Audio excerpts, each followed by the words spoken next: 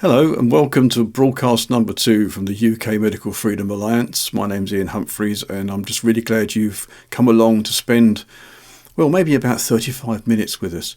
And I really encourage you to spend that 35 minutes with us because this is one of the most important presentations I think you will ever see, especially in the current climate. This is all about the World Health Organization's power grab, and it's presented by our very own Dr. Liz Evans. I'm not going to say any more. I think you just need to watch this, fully understand the concepts, and also understand that this is one of the most important things that is going to affect you as an individual as well as us as groups and members of our 4 nations within the United Kingdom. It's so important that I just can't stress enough how you must really watch this.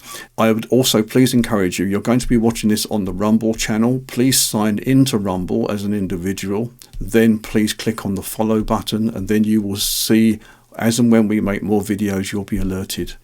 Anyway, I'm not going to say any more. Please go to our website, maybe drop us a little bit of money, maybe just donate a few pennies or a few pounds. That would be absolutely wonderful. Or you can sign up for a monthly subscription, or indeed you can just simply buy us a coffee, which helps us get along and keep making this content. So I thank you very much. And without further ado, I hand you over to Dr. Liz Evans.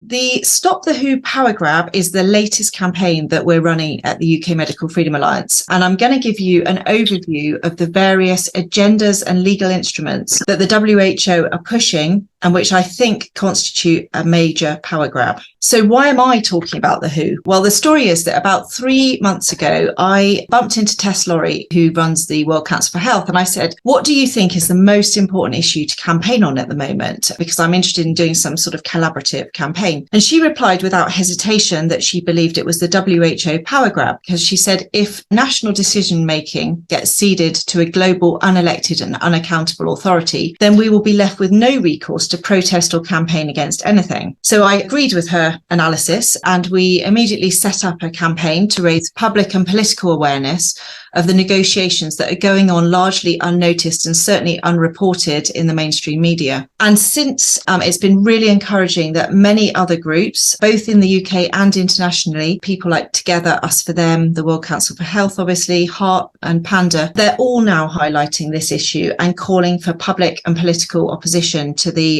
WHO's audacious plans. So I'd just like to make it clear, I don't make a claim to be an expert on this topic, but I just want to present some of the findings from my research into this topic over the last 3 months. It's been a really steep learning curve. I've had to get my head around various treaties, regulations and agendas and try to understand the inner workings of the WHO and various committees and the delegates and all their interactions with each other. And I would just like to say at this stage, I'm enormously grateful to the US researcher James Roguski and Dr. David Bell, who is from the Brownstone Institute now, but he was a public health physician and ex-WHO scientist. And their research analyses, articles, podcast interviews, videos have helped me to really begin to make sense of this really opaque and complex area. In order to understand the ethical impact, first of all, I want to go through each of the projects that the WHO and related agencies are working on and just give you a summary of the key points. So we have,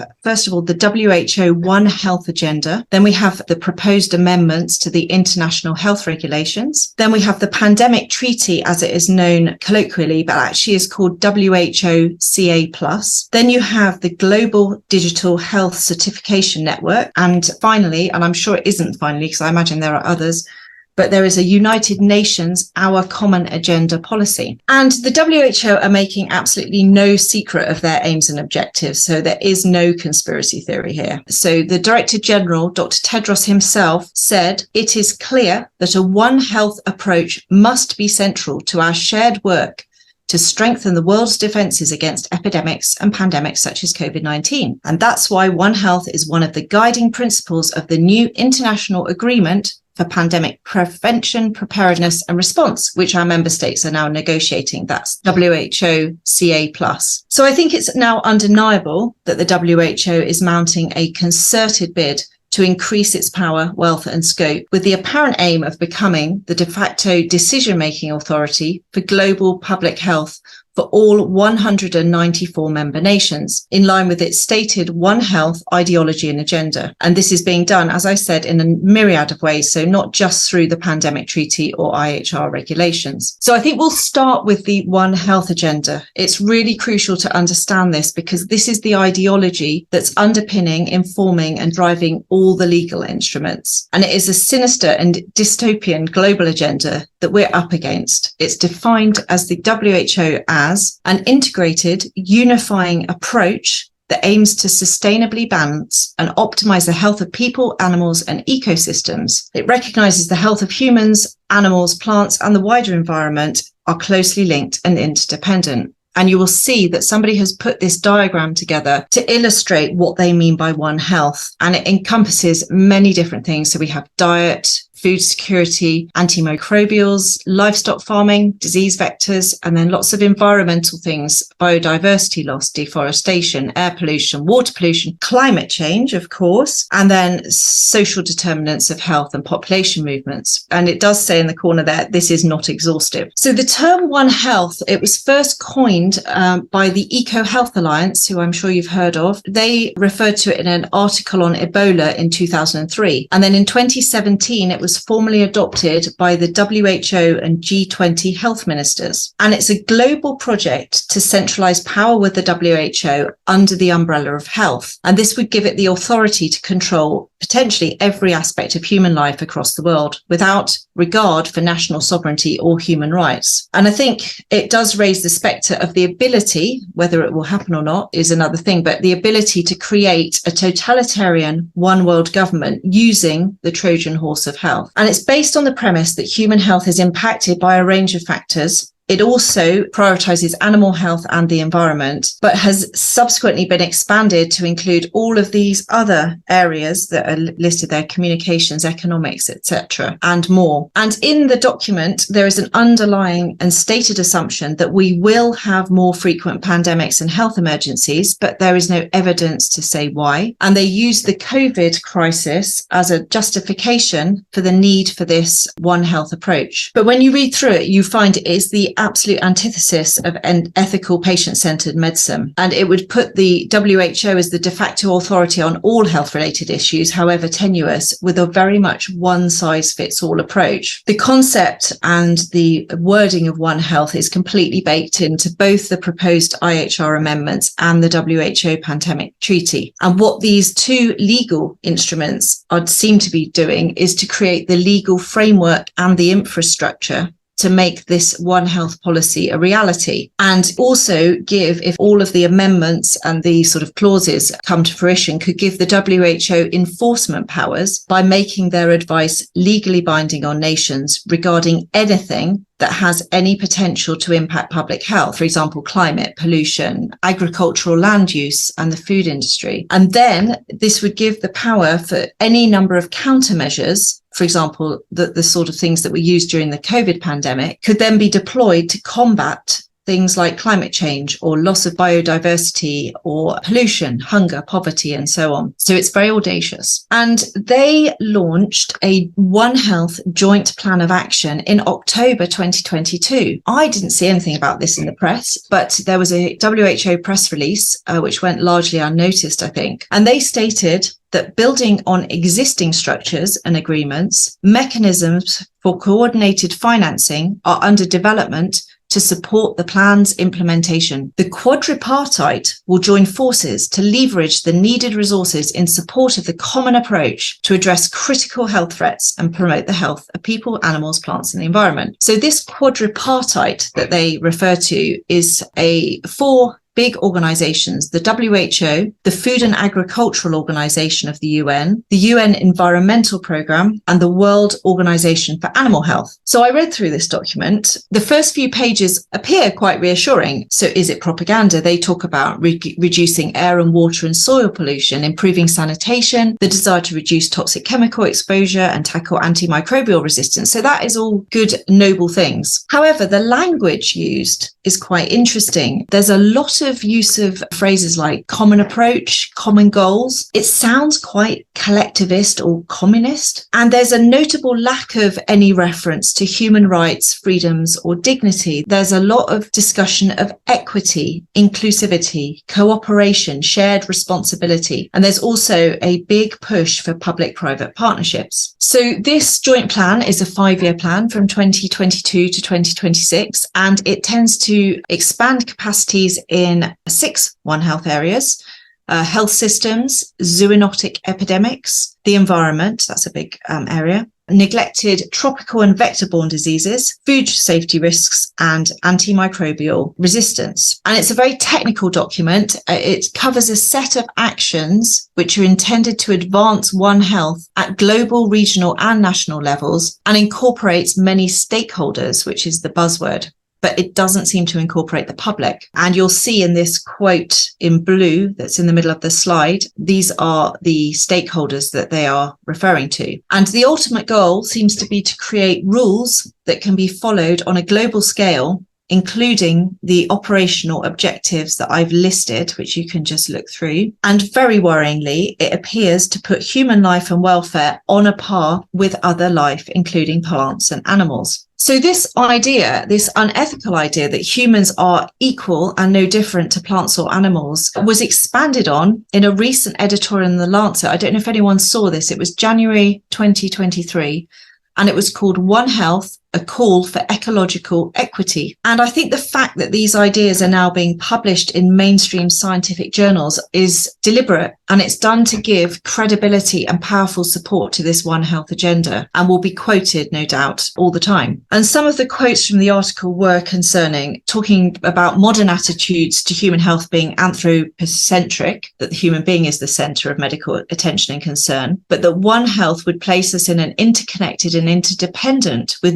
non-human animals in the environment, which would entail a subtle but revolutionary shift of perspective that all life is equal and of equal concern. And then this is a fundamentally different approach to the natural world, where we are as concerned about the welfare of non-human animals in the environment as we are about humans. And in its truest sense, One Health is a call for ecological, not merely health, equity. And now seeing this perspective, you realize that this would make humans potentially, this idea of them being a plague on the earth, and would be able to justify restricting and potentially even destroying human lives and livelihoods for the greater good of the environment, of animals, not just even of each other. And I think this is just a thought that occurred to me. It might even explain the driving force of many modern and seemingly unrelated agendas that suddenly seem to be all the rage, like the rewilding idea, the veganism, the war against farmers that seems to be going on. There was a quote in the article that said that the IHR Lancet Commission take an equitable approach by recommending people move away from animal-based diet to a plant-based one, which not only benefits human health, but also animal health and well-being. So there's this idea again that there is an equity with animals. Their rights are equal to our rights. And as a Christian, I fundamentally reject that philosophy. I believe it's anti-human, and I think it's going to be profoundly unethical in the way we treat each other, particularly in medicine. So moving on to the pandemic treaty, it's a 43-page bureau draft, which was issued earlier this month. So this is the latest draft. There are many drafts. And in fact, this was very different to the previous draft. So I had to read all over again because lots had changed. And there's a feeling amongst people who have been studying this that there is a deliberate attempt to make it quite difficult for us to keep on top of it because it keeps changing. But it's notable in the draft that there's very little content that relate to either promoting health or providing healthcare. And James Roguski, who I've relied on a lot for his very detailed research and analysis and reporting on this, said when he read it, this is not a treaty, it's a framework convention and a financial prospectus. And he believes it's a venture capital plan to install a new bureaucracy within the WHO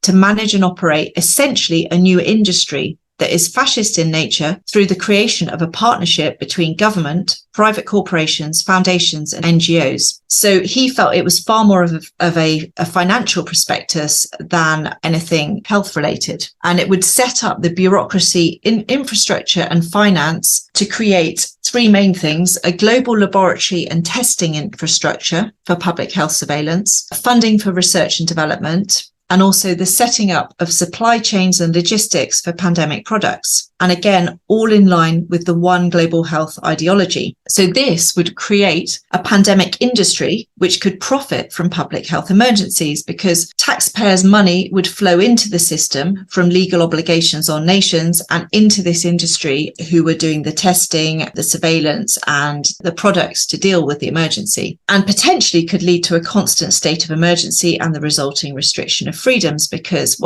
if there's money to be made, why would you ever stop? So as I said, it's a long, dry 43-page document, and again begins with reassuring propaganda, which assures us it will be implemented with full respect for human dignity, human rights and fundamental freedoms of persons. But once you dig beneath the surface, you're faced with quite a clear and hubristic plan to centralise and bring all public health decisions and policies globally under the auspices of the WHO, like a kind of modern day Tower of Babel. And I think this should trigger a major alarm bells that health is being hijacked by politics to allow the elites to control every area of our lives in a completely undemocratic way. So some of the articles of concern, Article 2 lays out that this treaty would be applicable at all times, so not just in times of emergency, health emergency. You have Article 13A, the Global Pandemic Related Product Network and Supply Chain Network, which is a legal instrument designed to set up this global laboratory and testing infrastructure, which would allow genomic sequencing and surveillance pathogens of pandemic potential globally. And then a pathogen access and benefit sharing system,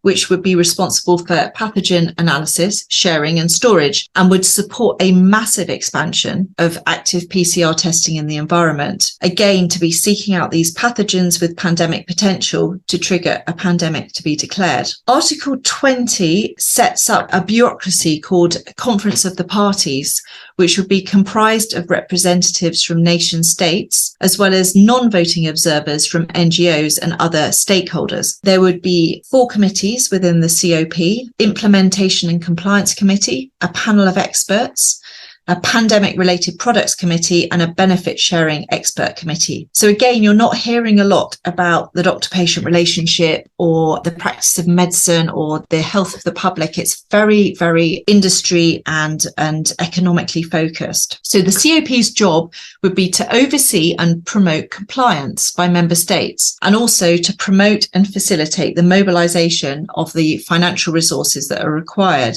And worryingly, they would be empowered to introduce new protocols into the pandemic treaty once it's signed. Just do it themselves. All they would have to do is have a 2/3 majority vote within the COP, and they could add whatever they wanted. Then you have Article 14, regulatory strengthening, which actually legally require nation states to take steps to ensure it has, quotes, legal, administrative and financial frameworks in place to support emergency regulatory approvals for the effective and timely regulatory approval of pandemic-related products, i.e. this idea, I guess, to support the 100 days approval of, for example, vaccines in a pandemic. It seems that they want to make this a legal obligation and not just a sort of advice. Then you've got Articles 8 and 8C, which would require nations to engage in regular regional tabletop exercises and health and preparedness reviews, which obviously would cost money. And then, worryingly, Article 18 seems to be an Orwellian bid to legislate to require countries to cooperate to control dissent and coordinate a single global message and messaging across countries. So what does the WHO Pandemic Treaty say about sovereignty? Because I think a lot of people talk about the various WHO instruments as being a threat to national and individual sovereignty, but this new Bureau draft actually does not appear to be a direct attack on national or individual sovereignty. And James Roguski is very keen that people don't claim that it is. They say that they will implement individual sovereignty with a full respect for dignity, human rights and freedoms. They also acknowledge that states have the right to legislate and implement legislation. And they state they believe that public health decisions should be proportionate such that the benefits outweigh the costs. However, it is also stated in the document that the WHO CA+ is intended to work with the international health regulations and proposed amendments. So you can't be reassured by these statements because the IHR amendments seem to be the vehicle that do threaten to remove national and individual sovereignty and cede it to the WHO and partner agencies. So that's the concern to sovereignty comes from the IHR amendments, and the pandemic treaty is more creating the infrastructure and bureaucracy and the industry that flows from it. So the individual sovereignty phrase that we have on this slide is the phrase that's proposed to be removed from the IHR amendments. And the national sovereignty phrase here could be a fudge, because in fact, the nation states will be obligated to enact the legislation of the pandemic treaty through their own national IHR focal points, and need to use existing or new national laws to fulfill their surveillance, testing, financial and other obligations, both during and between health emergencies. So effectively, they are legislating for nations to draw up legislation to enact it within their own countries. So it's kind of obtuse, but it will still threaten our sovereignty at the end of the day. And this will be voted upon by member states in the next World Health Assembly meeting. We've just had one this May, so the next one's next May 2024, along with the proposed IHR amendments, which I'm going to just go through now. The International Health Regulations from 2005, we have some proposed amendments. Unlike the proposed pandemic treaty, which must be scrutinised by Parliament before being ratified by the government, the IHR 2005 is already an instrument of international law, which is legally binding on 194 countries. So any new adopted amendments will require no UK parliamentary scrutiny or vote. So this is the more dangerous legal instrument because it is already ratified into law. And the WHO have stated the desire to use the IHRs to strengthen their control over future pandemic policy because they're already legally binding. So there's no need for national ratification in any parliaments around the world.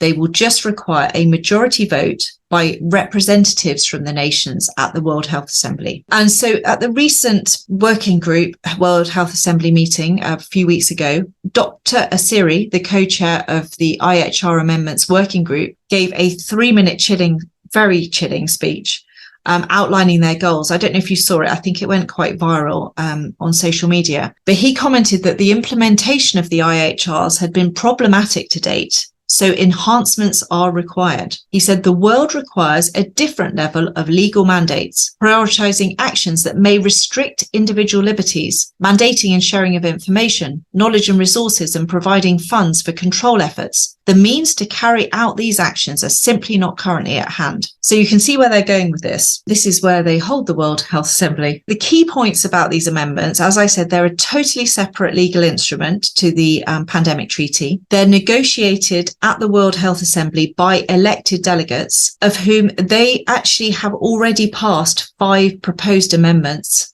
last May, so in 2022, at the WHA meeting. And they are currently negotiating 307 more amendments, which they propose to be adopted next May 2024. All of the amendments, as I said, will be voted if a majority of countries' representatives vote yes. And there has been no national or international public comment or vote sought as part of the negotiation process. It seems that the public aren't considered to be relevant stakeholders in the very secretive negotiation process at the World Health Assembly. So as I said, 5 new IHR amendments were formally adopted in May 2022. And of those 5, one is of concern, Article 59 amendment, which would halve the time from the period between which a member state can reject future amendments from 24 months to 12 months. So this speeding up of the process would really impede the normal democratic process because it would introduce a considerable time restriction for lobbying groups in nation states to raise awareness and apply political pressure, and would increase the chances of dangerous and undesirable amendments from slipping through unnoticed by the public and politicians until it's too late. So importantly, we are currently 11 months into the 18-month period ending at the end of November 2023, within which the UK government has the right to reject any of the 5 amendments adopted in May 2022. So to reject an amendment, the government has to actively invoke Article 61 of the existing IHRs before the deadline passes. If the government does nothing, that's all that's required for these amendments to become binding under international law, and then there's nothing they can do about it once the deadline's passed. In terms of the proposed 307 amendments they're looking at, some of the ones that are worrying are an amendment seeking to upgrade WHO emergency guidance from non-binding to binding. So an amendment just strikes out non-binding, which would make it binding. There's an amendment proposed that would remove a clause that requires the WHO to uphold full respect for the dignity, human rights and fundamental freedoms of individuals. There's a very worrying one, which would empower the Director General to single-handedly declare a public health emergency of international concern, and also one that would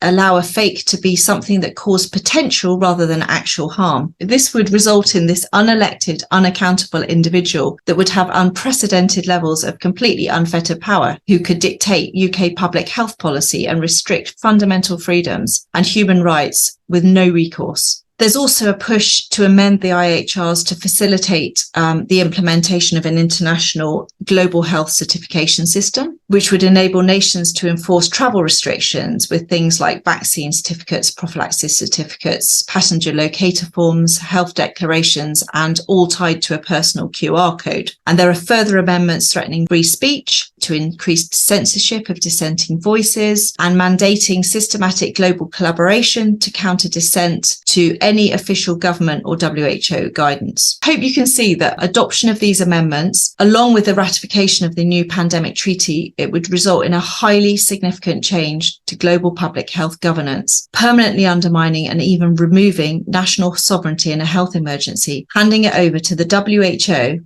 and potentially to their sponsors and funders. And just a quick word on national IHR focal points that I mentioned earlier. This seems to be the way that the WHO will be able to actually enforce their diktats, because a lot of people say, well, how could the WHO make us do anything? Well, what you may or may not know is that we already have international health regulation, IHR, focal points in every country. And what this Russian amendment seeks to do is to strengthen and empower these focal points within our country that exist here to actually enforce the national IHR obligations. So I think the WHO is keen to encourage countries to adopt legislation to allow local enforcement. And I think you need to be in no doubt that the WHO and their allies are really serious. They're deadly serious about creating this brave new world. They've already taken action to bring their plans to fruition. It was in the press about 3 weeks ago. On the 5th of June, the WHO launched a digital health partnership with the European Commission. And the statements, I've put a couple of excerpts there from the WHO and the Commission, laid out their plans very clearly. They fully intend to reactivate the EU COVID-19 digital certificates and to expand and develop it to become the global digital health certification network that they desire. And they say in their statements that the WHO and European Commission will work together to encourage maximum global uptake and participation. So this is already happening. And then as I was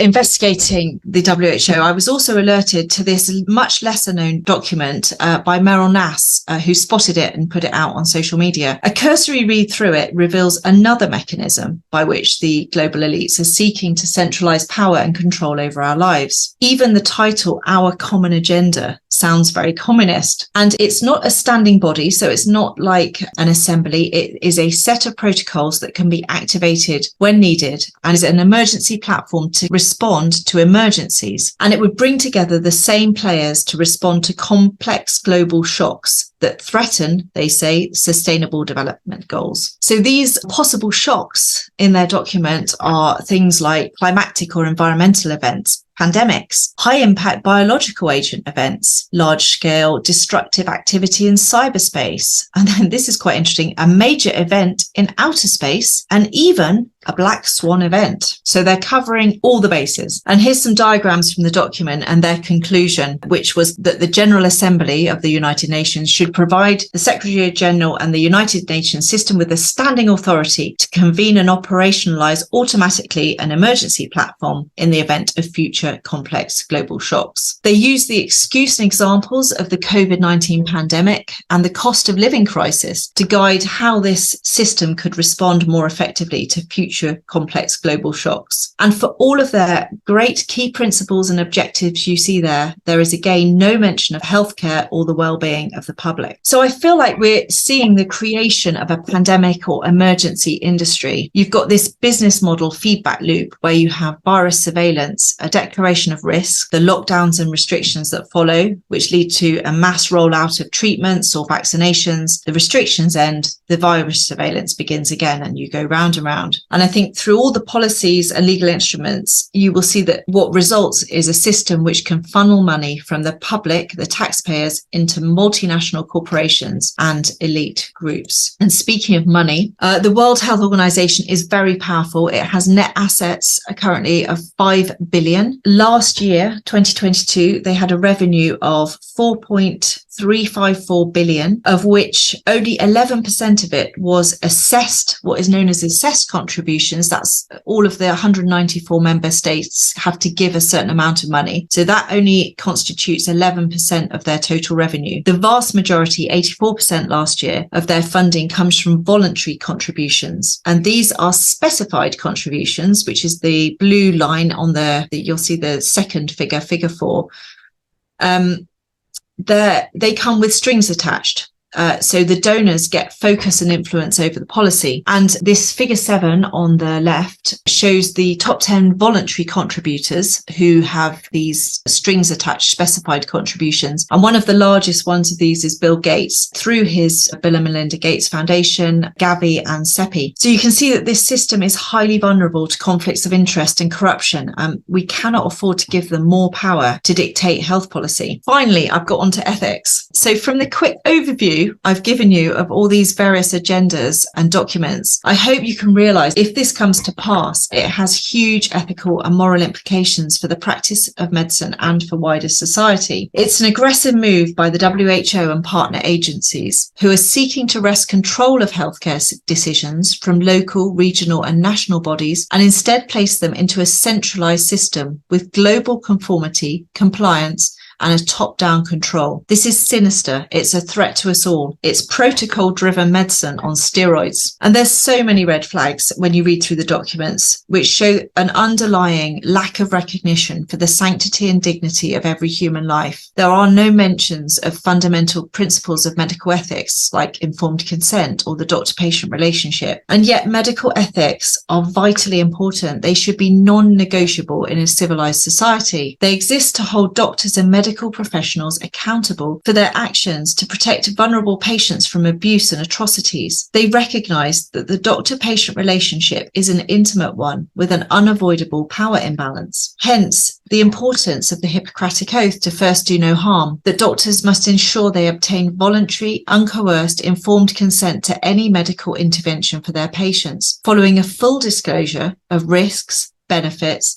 to that individual and any alternative treatment options, including to do nothing. That healthcare professionals maintain confidentiality and that they respect the value and dignity of each human life and act as their patient's advocate. The things that you have seen the WHO proposing will have a catastrophic impact on the sacred doctor-patient relationship and the wider practice of medicine. And arguably, the time when it is most important to hold firm to ethical principles is in an emergency, because that's the time when abuse and atrocities are the most likely to occur, when people are panicking, when there is fear. So to overlook ethics in these documents is a massive, massive red flag. I think there's so many fallacies in this One Health approach. I think we've already experienced the WHO's chaotic and damaging handling of the COVID-19 pandemic. And that was when they were merely advising. Their advice was not science-based. It wasn't rational, moral or ethical. And it was heavily interest. And we can see that so clearly now by vested interests. Yet here they are negotiating new and binding legal instruments, and they haven't even bothered to undertake a full analysis of their handling of the pandemic or taken stock of the catastrophic negative impact of their misguided policies on economies, healthcare systems, education, social cohesion, physical and mental health, and more. Over the last 3 years, I think we've seen that protocol-driven medicine, which is the one-size-fits-all approach, has eroded the sacred doctor-patient relationship, where the doctor's primary duty of care is to the patient in front of them, not to anybody else, not to the NHS, not to their employer, the government, the wider public. It's just to their patient. And I think it is absolutely absurd and preposterous to think that a one-size-fits-all is a rational or ethical approach to take to public health for the whole of humanity. It wouldn't even work in a small community. It is absolute human hubris to even propose this. And I think we've essentially moved to a situation where you have government and public health officials who have been and believe they can practice medicine on individuals they don't know. And yet politicians and bureaucrats don't have a place in making medical decisions for individual patients. It's unethical, it's dangerous, and it constitutes a medical tyranny. Emergency public health policies adopted an ideology that favoured the greater good over the sanctity of an individual life. And we saw this is dehumanising and it is morally reprehensible. As a medical freedom campaigner during the pandemic, we have at least been able to write to our elected representatives to challenge and lobby for changes to unethical policies. And we've seen the public protesting all over the world on the streets against their government's policies. But imagine what would happen in the future if all health policies and protocols are instead set by the WHO Director General and various committees who are unelected, unaccountable, and pretty much invisible. You would then have absolutely no recourse for the public to protest or lobby their politicians for change. Their governments and elected representatives would just simply say they had no choice. They're obligated to enact WHO policies under international law, so they are simply following orders. And actually, a small example of this, we've written a letter to the WHO Director General and a few of the key leadership team around the COVID vaccine injuries. We've got the letter sorted. We cannot find an email address to send it to get it to Dr. Tedros. The only way we can do this is to print it out in hard copy and send it by registered post to Geneva. These people, you cannot actually engage with them. This is a massive issue. And I think at this stage, we need to think about the limitations of public health. We shouldn't be conflating public health or healthcare with the practice of medicine. They're very different things. So I believe that although public health, nutrition, sanitation, clean water is a wonderful thing, the concept of public health care is a fallacy because there is only individual healthcare. That is medicine practiced by professional doctors on individual patients. When you have public healthcare, it becomes highly vulnerable to corruption and conflicts of interest, and this allows private corporations and vested interests to dictate and control medical practice for financial and political gain. And it should be obvious that governments and supranational bodies must never again be given control or authority over the practice of medicine by individual doctors for individual patients. At this stage, humanity is at a crossroads. We are faced with a stark and urgent choice. Do we want Hippocratic, ethical, patient-centered medicine, or do we want technocratic, dehumanizing, protocol-driven medicine? So we all know Hippocratic medicine. It encompasses these key principles, and we need the art of medicine. Science on its own is amoral. It's devoid of ethics. It can't inform the practice of medicine alone. You need human doctors to practice medicine humanely. They are there to apply ethical principles, to apply moral values and interpretations to science. That's the art of medicine. It encompasses observation, intuition, experience, wisdom, compassion, and innovation of the individual doctor, who must be free to act in their best clinical and professional judgment. The more centralized and protocol-driven medicine is, the less ethical it becomes. And we are moving at speed towards this technocratic practice of medicine, one size fits all, protocol-driven, dehumanizing, and very much only the science of medicine. In the world that is being sought by the WHO, there would be no doctor-patient relationship. You would have an unelected, distant bureaucrat, perhaps not even medically qualified, practicing medicine on strangers by decree, with no ability to act in the best interest of the individual patient or for informed consent to be practiced. If doctors cannot uphold their oath to first do no harm, and are mandated to follow top-down, one-size-fits-all policies and protocols, they are reduced to being agents of the state, patients are dehumanized, and atrocities will inevitably follow. Decentralization of healthcare decisions and a localized, community-based response, where individual doctors practice ethical, patient-centered medicine, is the safest and most effective way to manage any health crisis and is the only way to practice medicine humanely. Establishing a global health dictatorship, such as the WHO appears to desire will never end well. We know from history that once power is given away to authorities, it's almost never given back voluntarily. So it's urgent that we do everything we can to stop this diabolical power grab while we still hold some power. And it's time for medical professionals to reclaim their profession and ethical values, and for patients to demand ethical care from their doctors and nurses. And my view is that we are at its core in a battle against evil. This powerful and coordinated push to remove the intrinsic value of each human life and to create a dystopian digital slave system could be the biggest challenge mankind has ever faced as a collective, and will require a strong collective resistance. Our urgent task now is to shine a light on the agenda and actions being rolled out, and to expose the lies, greed, and evil ideology to ensure that humanity opposes and rejects it before it is too late. And I'm going to give the last word to the absolutely brilliant Dr. David Bell in a Brownstone article, which it was entitled "One Health, Subverted, Corrupted and Ruined." He says, "Evil is not defeated by hiding from it. It is fought by exposing the ideology that drives it, the greed, the lies and the deceit. We should not be overwhelmed by the scale and depth of wrongdoing. It may now be global, but the people running it are as empty as those in past times. Seeing the subjugation of others is the only way to address their internal inadequacies. In the end, mad ideologues collapse under the weight of their own deceit and the shallowness of their dogmas. The earth mother religion of a corrupted One Health and the feudalist ambitions of its priests will be no different. We should not fear public health or a holistic view of the world. They are ours and can be a force for good. Rather, we should expose the hollowness of the people who would subvert them, driven by their own greed and barren ideologies." Powerful words. So do visit our Stop the WHO campaign page for links to resources and calls to action. There are petitions to sign, there are template letters for MPs. And we also have a Medical Ethics Matter campaign page. We're calling on doctors to return to the founding principle of the Hippocratic Oath, to first do no harm, and for healthcare professionals to reject protocol-driven care, to return to ethical patient-centred care in which consent to all medical interventions must be fully informed, voluntary and never coerced. And for more on the WHO, do go and sign up to James Roguski's Substack. He does some excellent articles. He is coordinating international efforts and doing deep dives into all the policy papers. He attends all the meetings online and he's posting regular updates and calls to action. Thanks for listening.